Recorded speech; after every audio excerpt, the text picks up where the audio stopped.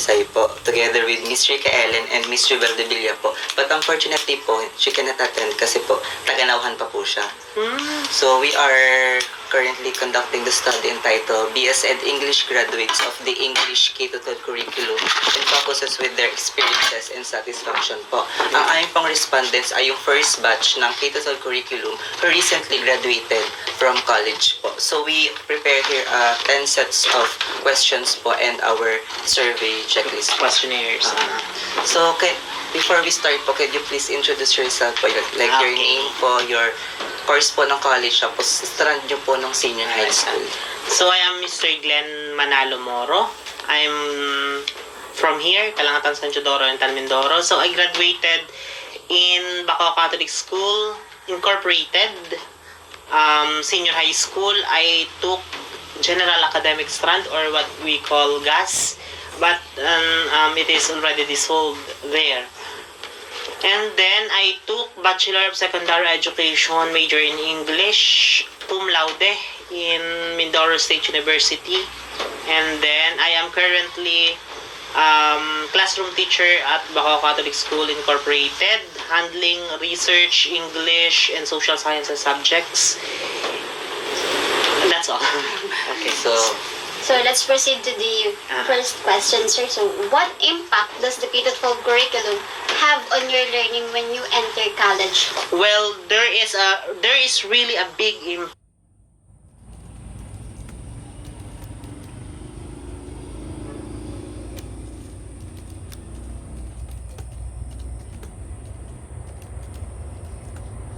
When it comes to the outcome base of K-12 program. So as a pioneer of K-12 curriculum, I happen to be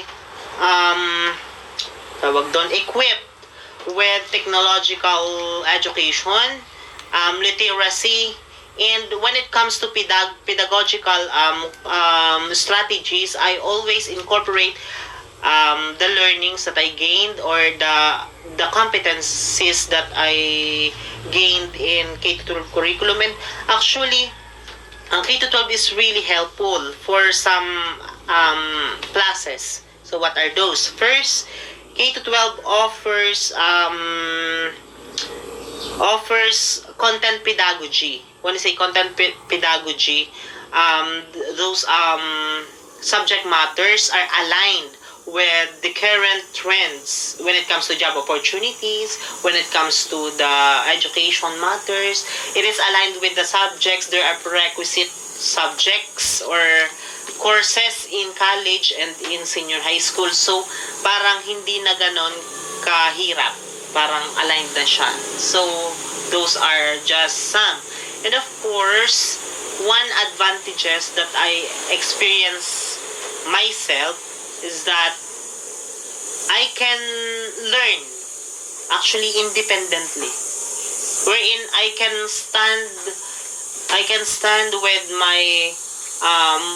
my academic demands independently without the help of others, because I knew that K-12 really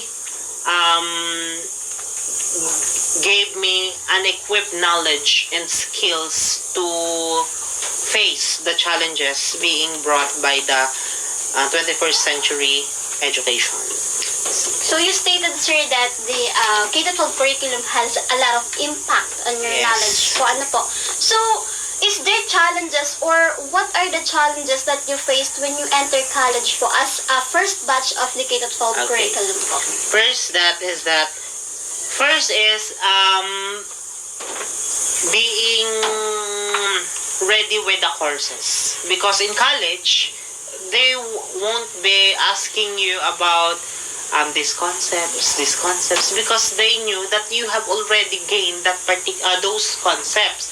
What matter is that they would test you when it comes to your skills. How can you apply those concepts on reality or on real life? And one thing is that I also experienced this.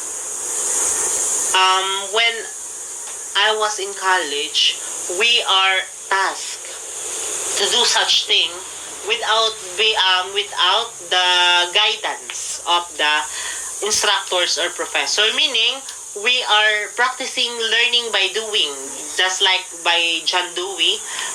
Learning by doing, we are in experiential mode, meaning they give the task without necessary directions, and we are the ones to discover it. For example, make a syllabus of this course without, and then we have to adapt any designs, any assessments or whatsoever. We are tasked, or for example is that create an inspirational video about gay, and then without any further directions, and we are the ones to do that, and that serve as the implications of the K-12 program. So let's proceed straight to the third question. So how did this English K-12 improve your knowledge or learning skills? So K-12 improve my knowledge for there are certain aspects kasi that we have to consider. First is the content knowledge. When I say content knowledge, K-12 program equip us with certain concepts. We have the core subjects, for example, with the language, with the mathematical skills, with the scientific skills, research whatsoever. That is content knowledge. The second one is the skills actually. Just like for example in the K-12 program, they offered what is the course that in disaster risk reduction, right? And by that we can apply that those skills in college. So in different aspects, activities or whatsoever, or even in your pedagogical strategies, we can incorporate that. And the third one is that your ano ba tawag doon? We have the content knowledge, and then we have the skills, and then the pedagogical knowledge. So as K-12 graduate, so we are student-centered. When I say student-centered, the teacher is not the judge of the classroom. However, the students, the teacher serves as the facilitator, and we as students, we are the ones who create our report, who initiate whatsoever activities. We are the performers. So by that, K-12 program or curriculum offers a wide or variety of teaching strategies that we can use for our future endeavors as future educators. So, thank you, sir. Yes. So for the fourth question is that what are the advantages of having the K-12 curriculum for you as the first batch college graduates from the K-12 curriculum?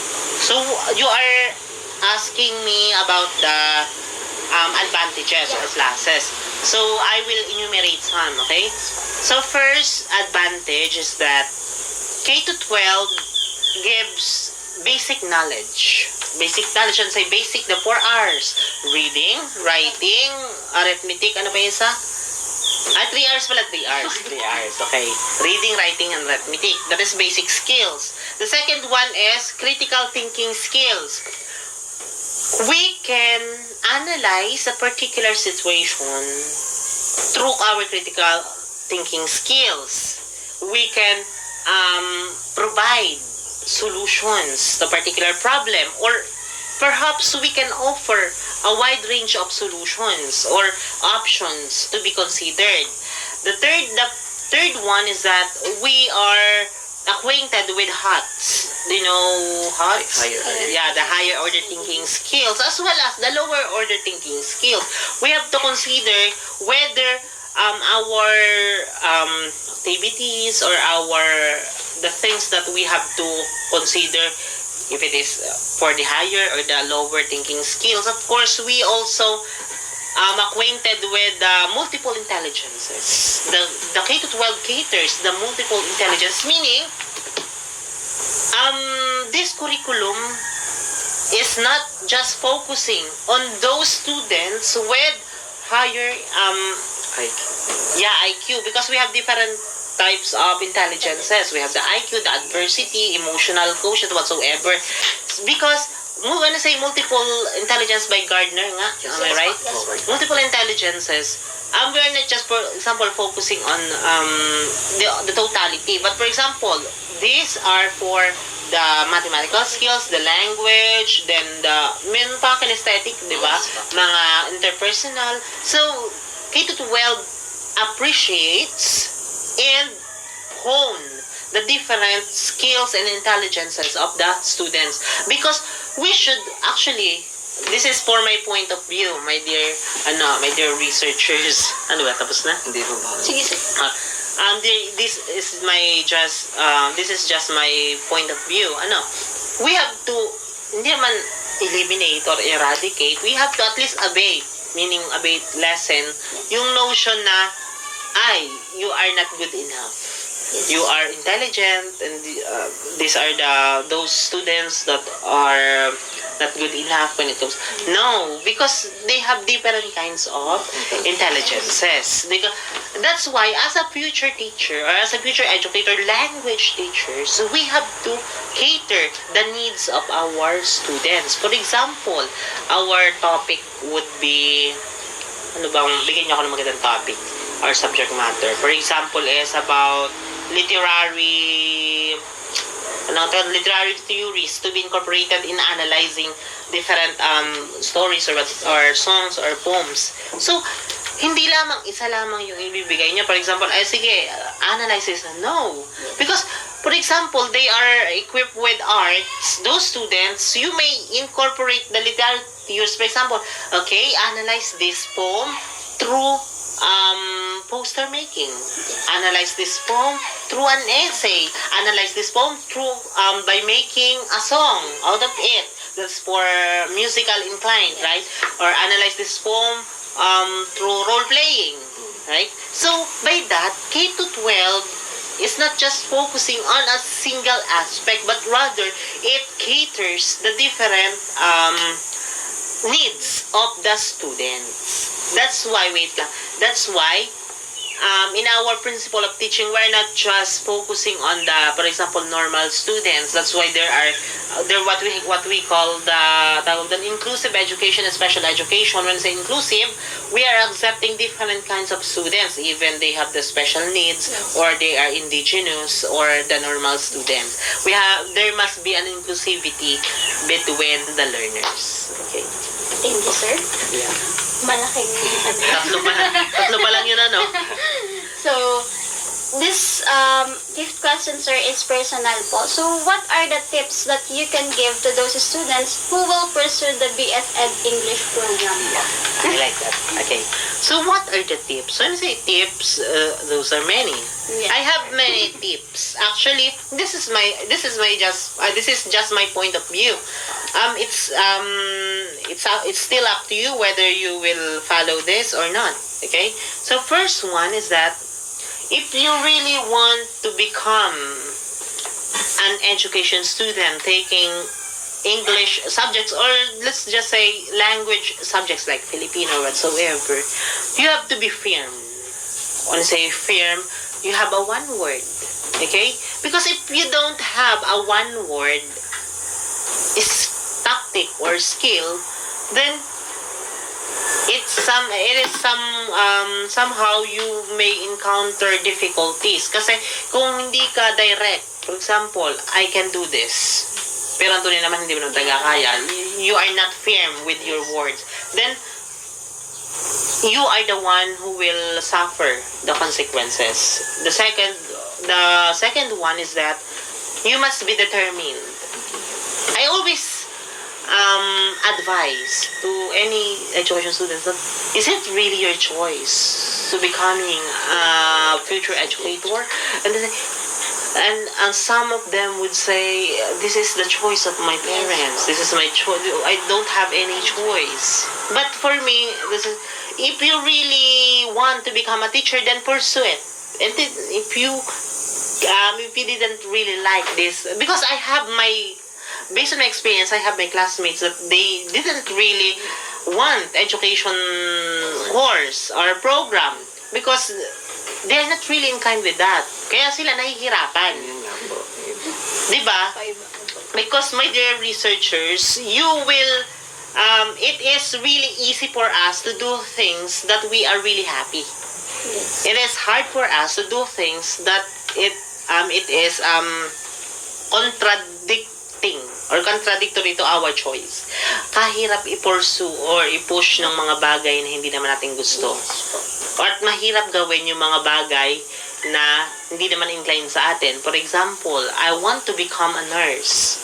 And yet, because of financial difficulties, a teacher will do or an education program will do.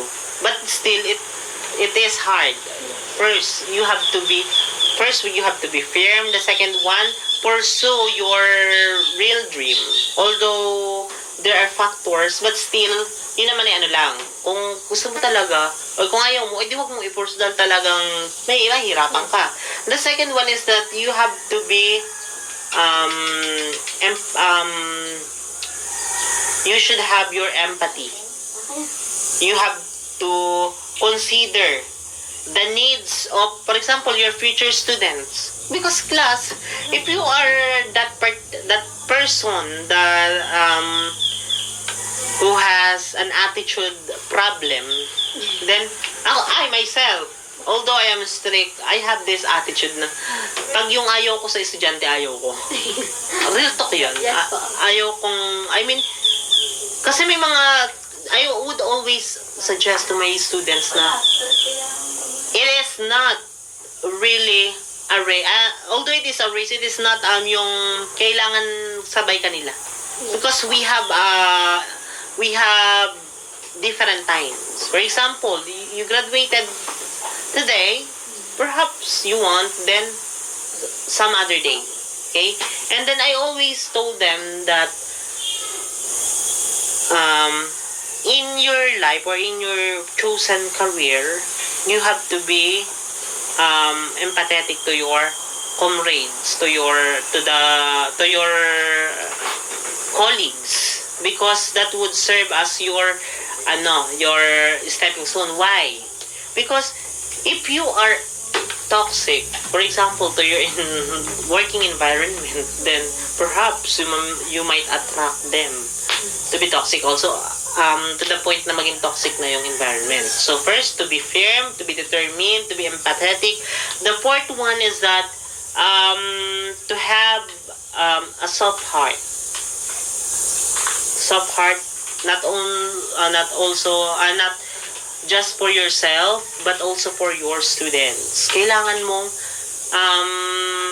magkaroon ng pusong, tawag dun sa amin, pusong malambot, mapagkalinga, yeah. Dahil, if you still stand with your pride, then your pride will eat you. Although, alam mo mali, alam mo naman yun ang nature ng mga estudyante. Iba ng nature ng estudyante. Pati ng mga magulang. Wala nang karapatan. Yes. Puro ang rights ay nasa student. And that's hard. I would suggest you na talaga na kailangan nyo talagang magkaroon ng pusong mamon kahit kaplastikan. Kasi sinasabi ko sa inyo, ako ang dami ko na ring nakaanong magulang or whatsoever. Iba-iba nature ngayon. The next one is that to be humble. You should always be humble. Although you are, itong sinasabi ko rin sa mga estudyante ko or sa doon sa mga kasamahan ko, I don't need intelligent students. Given na yon, matalino kayo lahat. Wala akong pakialam doon kung kayo guys, matalino po kayo kay Rizal. I don't care. What I need is those students with respect.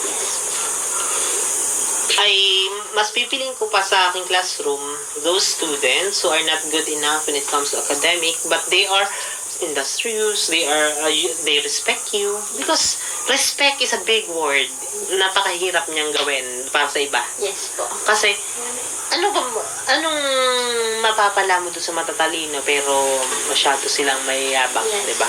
Kasi sabi ko, matalino kayo. I don't care kung matalino kayo. Mas pipiling ko pa magturo sa mga hindi kayong kagalingan pero may puso naman. Kasi, perhaps you will experience this too. sa lahat ng klase, or kahit sa advisory nyo, syempre iba yung sa advisory, ano, maniwala kayo, those students na nagpasakit ng ulo nyo, na magugulo, mga kulit, they are the ones who won't forget you. Actually, kahit ka sa lubong, hi sir, kahit yun ay napagmura mo na pagalitan mo lahat, ay sir, basta po, tinan nyo, kesa dun sa mga hindi nyo na mapagalitan na matatalino, pero, Gusto nga yung wala nang, hindi mo naman kami nagagpan, pakape. Hindi po example.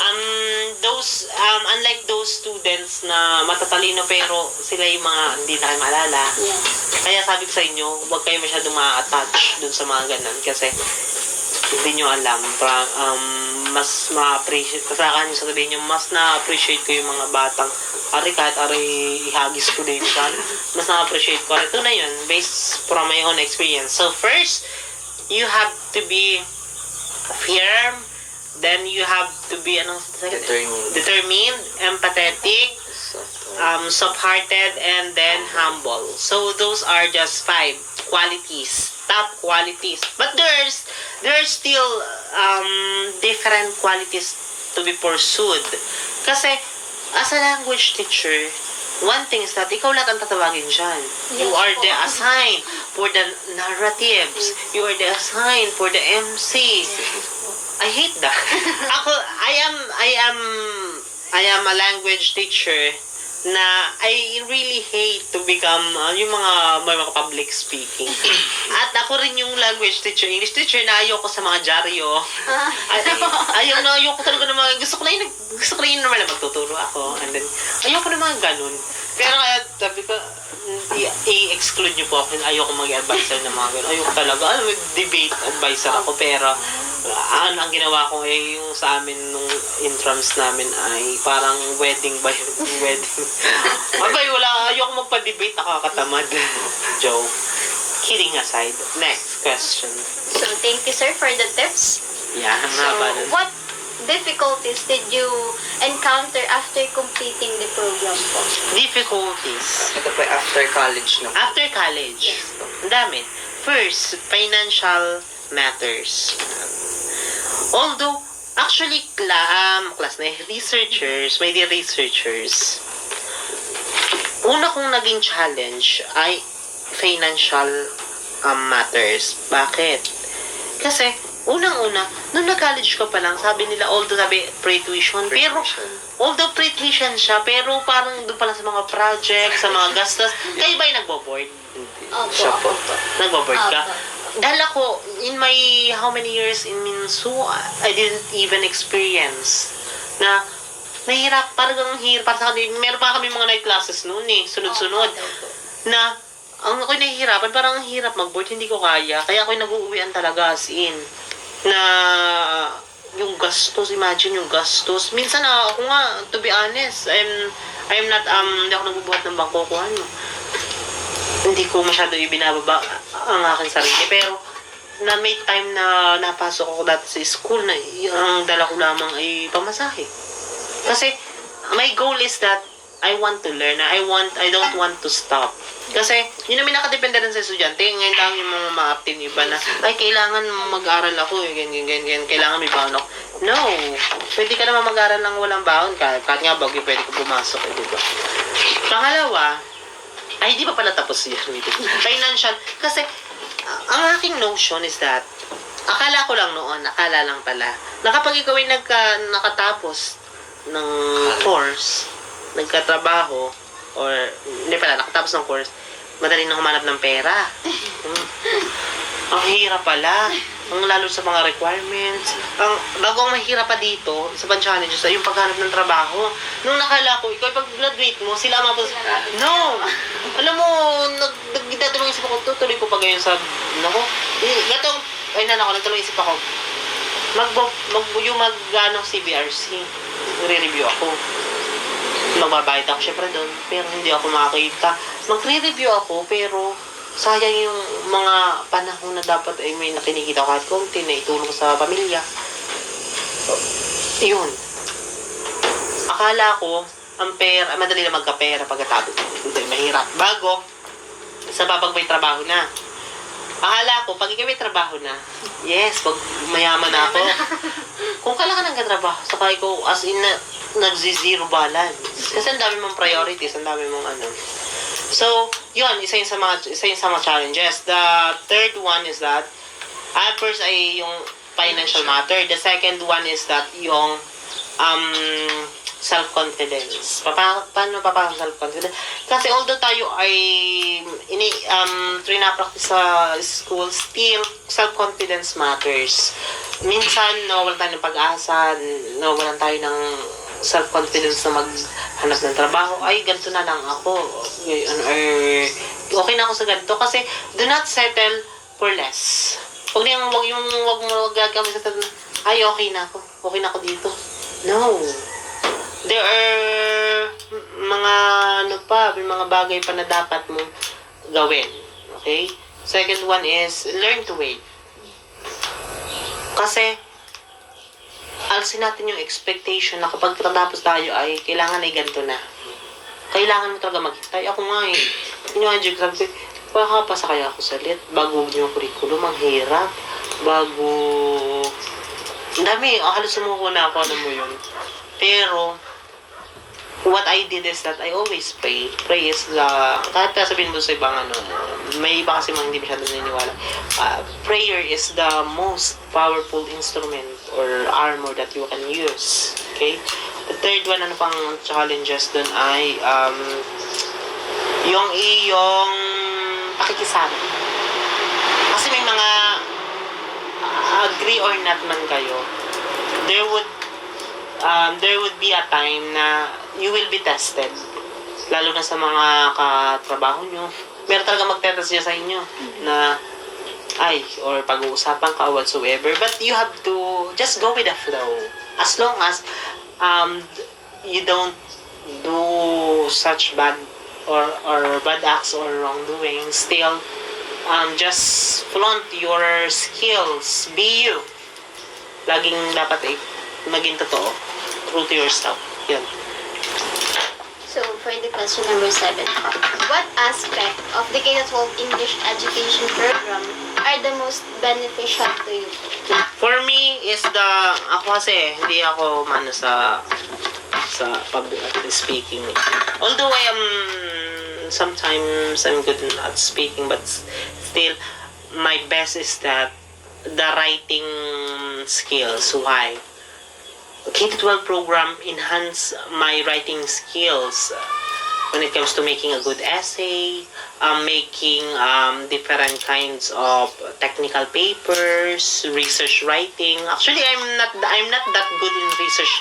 Way back then, when senior high, hindi ko lang din alam kung ma-agree kayo sa akin kasi parang sa college pinamukha ng bobo mo ng high school. Hindi ako marunong, hindi ko paano ginagawa ang literature review. Paano yung chapter 3, methods of research, ang introduction, are you going to use inductive or deductive approach? Because in qualitative research, inductive ang ginagamit, di ba? Inductive bago sa qualitative deductive. When say inductive from inductive specific to general, and then the deductive naman from general to specific. So, yon. Writing skills. So, next po, what are the difficulties that you faced during the English K-12 program? Ito po ay during senior high school. During senior high school. Yes po. Mga difficulties natin. Akin na yan, difficult. Hindi naman siya difficulty lang. Akin ay basta yung public speaking. I have this, glossophobia, am I right? Glossophobia nga ba? Fear of, Binabasa ko, glossophobia? Hindi ko po sure if po Fear of public speaking. Although, nag-MC naman ako, pero nandun talaga yung, basta kinakabad. Stage fright? Yeah, stage fright. Kinakabaduhan talaga ako pag yung marami na. Pero okay lang yun sa classroom. Pero pag, although wala namang iniisip ko, baka may mali ako sinasabi, or pinagtatawanan ako, or whatsoever. Yung mga gayong, Pero still, basta yun lang ang na-encounter ko, nahihiya talaga ako nun sa speaking. Kaya hindi ako nasa nun sa debate nung time ko na senior high. Pero, pag yung mga sumaasahan mo ako, pag yung mga yung mga writing exercises, yung mga kung ano whatsoever na sinusulat, yun, okay lang yun sa akin. Next. Next, sir. What are your significant learnings as the first batch of the English K-12 program po? Senior high school pa rin yan. Yes. Ha? Yes po. So, significant learning is that, as an English, Yes. Yes. student, so, ang significant learning ko dyan ay, using, second language, our second language is English, am I right? Because we have first language, Filipino with different dialects, right? I've learned English as a way to understand or to connect with not just for Filipinos, for a variety or a wide range of like business, not literally business. Yes. For example, because you know, my dear researchers, as an English major, as an English teacher, I always enhance this, especially in speaking with the foreigners. Apa. Yeah. Have you observed that those foreigners, especially for example, Americans, Yes. they're not really that, parang they commit mistakes when it comes to English. Di ba? May mga wrong rin sila, marami. The same as sa atin. Kasi tayo, as Filipino, nagkakamang tayong mali rin sa Filipino. Dito naman nang namalahaba, nang namaikli, gagamitin, di ba? Kasi native language nila yon. Native naman natin ang English. Ay, ang Filipino. That's why we are very particular and meticulous when it comes to English language. The grammar. Yes po. Ay, awan ko lang din. Pero as an English major, talaga, pag yung, nakikinig ka lang naman, bago bigla matingin ako sa isang friend eh. Isa. Although mo yung pagsasabi ng article na daddy, bago kayo may nakita kang sulat, oops. Katulad, I would just like to share. Nagpunta kami sa Tagaytay nung nakarang linggo. I bought, tawag doon yung, ano nga to? Yung sa rep magnet. Nakalagay, it's more fun in Tagaytay. Sabi ko, ate, nasa po yung apostrophe? Bakit naging possessive pronoun? Sabi, kidding. Joke ako lang ba magdalag? Binili ko rin naman. Maganda naman yung design doon lamang sa apostrophe. Yung mga ganun, sabi ko nga lagi, ito ginagawa ko joke, pero tunay. Sabi ko sa estudyante ko, a single pause or a single punctuation mark can save your life. Yes. For example, let's eat, bago may comma, baby. Bago let us eat baby, walang comma. So meaning, the first one, ay sinasabi mo yung baby na let us eat. The second one, kainin natin siya. Diba? It can, or pause. Natutunan ko kaya Ma'am Hayat, pause. For example daw ay, ito, kailangan mo ng pause. For example, whose pen is this? But pag wala kang pause doon, whose pen is this? It might sounds awkward, di ba? Kaya nga, as a K-12 graduate, we have to be really acquainted with our utterances of the language and our practical use of it. Yan. So, thank you, sir. Yes. For the last question, Last na! how beneficial is the K-12 curriculum in terms of the learning the English language? Well, it is, I would say that it is really beneficial. For example, I would rate 1 to 10, 10 as the highest, 1 as the low. I would rate 9.5. Why? I wouldn't rate it as perfect. Kasi may mga, syempre may mga ano yun. Sa curriculum kasi hindi naman perfect yan. May mga kailangan i-modify. Pero pag gamit ng English or the use of English sa K-12 is 9.5 because, first of all, ito yung most used na medium of instruction. The second one is that it is the language used in different concepts. Kahit nga sa math, may English sila, di ba? For example, ay gamit na gamit yan sa math. For example, sinabi ay, yun sa mga expression, x, with the power of, di ba? Yes. And then, natatransmute mo siya sa equation. So, that is why I would say it is effective when it comes to dealing with the language skills, technical skills, even number skills, scientific skills, sa research, di ba? That is why English is really, kumbaga, it can't be aparted to the K-12 program. Pero alam mo, ang tanga din ng mga sorry for that word. Tunay naman, ang tanga rin nung nag-program. Kasi din pero program, K To 10. to 10 plus 2. Parang optional lang yung 2 years for Yeah. students na gusto lang mag-college. But the 2 years will be under the child.